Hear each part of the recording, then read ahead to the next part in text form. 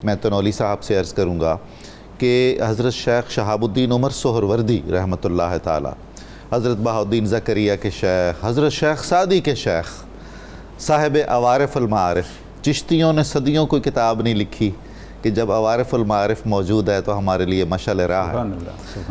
Baghdad میں آپ کا مزار مبارک ہے، تو آپ خصوصی طور پر توحید اور رسالت کے موضوع کو عوارف میں اور آپ کی دیگر تصانیف میں کس طرح سے بیان کیا گیا ہے؟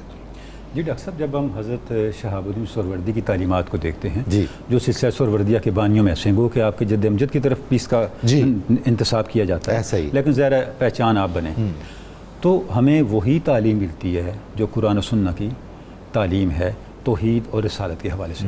یہاں ایک مغالطے کو بھی دور کر لینا چاہیے، ایک اور شہاب الدین بھی ہیں، اچھا، شہاب الدین مقتول، جنہیں شیخ اشراق کہتے ہیں، شیخ اشراق، وہ اور بانی حکمت اشراق کو پروموٹ کرنے والے ہیں، وہ دوسرے ہیں، وہ فلسفی ہیں صحیح، جن کا وصال بہت پہلے ان سے ہوا، 40-50 سال تقریباً پہلے ان سے وصال ہوا، اور یہ وہ شخصیت ہے جن کا نام تصوف کے حوالے سے، اصلاح امت کے حوالے سے معروف ہے، اور آپ کو حضور غوث ثقلین نے شیخ عبدالقادر جیلانی کی صحبت بھی نصیب ہوئی، جن پہ بھی ڈاکٹر صاحب نے گفتگو فرمائی ہے، اور حضور غوث ثقلین کے وصال کے بعد سالہ سال تک بغداد شریف کے اندر آپ تعلیم بھی دیتے رہے، درس و تدریس کا سلسلہ بھی آپ نے قائم رکھا۔ اچھا ڈاکٹر صاحب، جب ہم آپ کی تعلیمات کو دیکھتے ہیں، چاہے آپ عوارف المعارف کو دیکھیں یا آپ کے جد امجد کی کتاب آداب المریدین، ایک ہی تعلیم آپ کو نظر آئے گی کہ اصل توحید کیا ہے جو قرآن مجید نے بیان کی، جو حضور اکرم صلی اللہ علیہ وسلم نے بیان کی۔ عوارف المعارف جب آپ اٹھاتے ہیں، جس کو سبقاً پڑھا گیا، درسی کتاب کے طور پہ پڑھا گیا، ایک زمانہ قدیم تک تصوف کا ایک لازمی نصاب تھا، امہات الکتب جو تصوف کی ان کا حصہ، کتنی شرحیں لکھیں گی اس کتاب کی۔ یہ کتاب بیس کس پہ کرتی ہے؟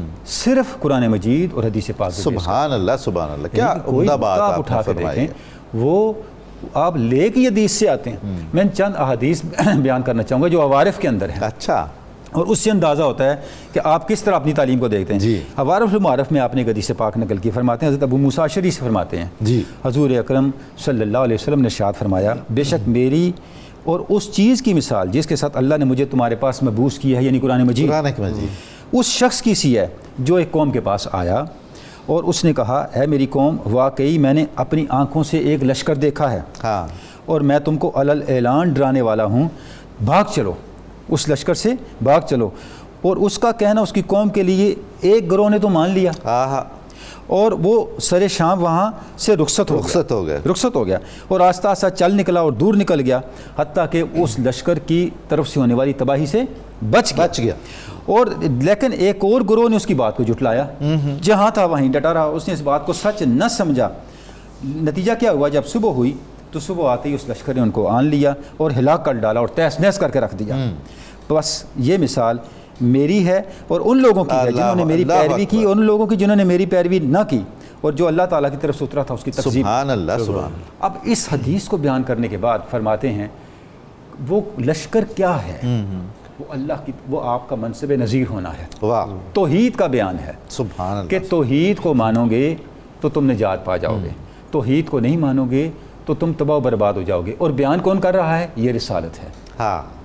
اللہ اکبر، یعنی توحید اور رسالت کو آپ نے اسٹیبلش کیا براہ راست فرمان رسول صلی اللہ علیہ وسلم سے، اور فرما رہے ہیں کہ جس طرح آپ صلی اللہ علیہ وسلم نے ارشاد فرمایا، ہماری بقا اس کے اندر ہے، ہماری نجات اس کے اندر ہے کہ ہم اس توحید کو قبول کر لیں، اس پیغام اور اس نور کو قبول کر لیں جو قرآن مجید کی صورت میں حضور اکرم صلی اللہ علیہ وسلم ہمارے پاس لے کے آئے، اور آپ کی بات پہ لبیک کہیں، آپ کی بات پہ عمل کریں، آپ کی بات کی پیروی کریں، اور اس لشکر میں شامل نہ ہوں جس نے آپ کی بات کے اوپر لبیک نہیں کہا، اس کا نتیجہ تباہی و بربادی نکلا۔ توحید اور رسالت کا عقیدہ بیان فرماتے ہیں، اور براہ راست استشہاد کس سے کرتے ہیں؟ فرمان رسول سے۔ یعنی اس سے اندازہ کریں کہ صوفیاء کا طریقہ کار کیا ہے بات کرنے کا۔ صوفیاء کہاں کھڑے ہیں؟ صوفیاء کبھی بھی اللہ اور اس کے رسول کے فرمان سے یک سر منہ ادھر ادھر نہیں ہوتے، ایسا ہی ہے، اس سے ہٹ کے کوئی نیا راستہ نہیں تلاشتے۔ ڈاکٹر صاحب، 20 احادیث ہیں جو آپ لے کے آئے ہیں اپنی کتاب عوارف کے اندر۔ ایک اور حدیث ہے، اچھا یہ حدیث یہ بھی میں عرض کرتا چلوں، یہ حدیث بخاری شریف کی حدیث ہے۔ ہمارے یہاں یہ بھی ایک مغالطہ ہے کہ صوفیاء نے وہ حدیثیں بیان کی جو ملتی نہیں ہیں، ضعیف ہیں، کمزور ہیں، ملتی نہیں ہیں۔ یہ بخاری شریف کی حدیث ہے، یعنی صحیحین کی حدیث ہے۔ اچھا، اس کے بعد ایک اور حدیث لے کے آتے ہیں جس میں آپ فرماتے ہیں کہ حضرت عبادہ ابن صامت فرماتے ہیں اچھا، ہم لوگوں نے رسول اللہ صلی اللہ علیہ وسلم سے اس صلی بات پر بیعت کی کہ ہم تنگی میں اور فراخی میں، مسرت میں اور غم میں، ہر حال میں آپ صلی اللہ علیہ وسلم کی طرف سے دیے گئے احکام پر عمل کریں گے سبحان اللہ سبحان ہم اول الامر کے احکام بجا لانے میں نزاع نہیں کریں گے، ہم جہاں بھی ہوں گے حق بات کہیں گے، سبحان اللہ، اور اللہ تعالیٰ کے احکام کی تعمیل میں کسی ملامت کرنے والے کی ملامت سے خوف نہیں کھائیں گے۔ اب دیکھیں یہ حدیث بھی جو ہے یہ بھی صحیحین کی حدیث ہے، اس کو بھی صحیحین نے روایت کیا ہے۔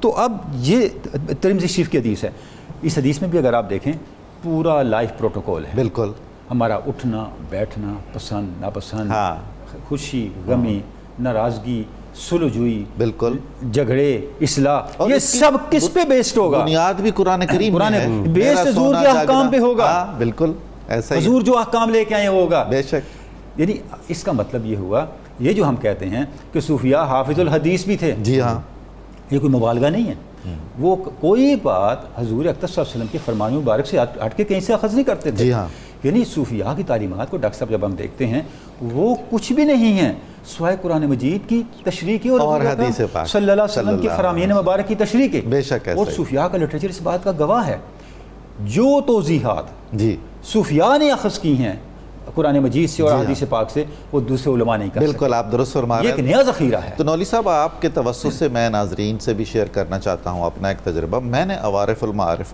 کئی دفعہ پڑھی ہے اس خیال سے کہ مجھے کچھ گنجائشیں مل جائیں، نہیں ملی بالکل نہیں ملی۔ چنانچہ اب جن کو مسئلہ ہے کہ تصوف میں یہ شکوک اور یہ شبہات ہیں، وہ اگر عوارف کا ہی یہ پڑھیں، فرمان ہے نا، آپ کا یہ تجربہ یہ ایک چیز کی تصدیق کرتا ہے، صوفیاء کیوں بار بار عوارف پڑھاتے کیوں پڑھاتے تھے؟ بالکل، کہ تمہارے دل میں یہ بات نقش ہو جائے، ہاں، کہ راستہ یہی ہے، قرآن و سنت کے علاوہ کوئی حل نہیں، راستہ کوئی یہی چارہ ہے، نہیں ہے۔ راستہ یہی ہے۔ کیا بات ہے۔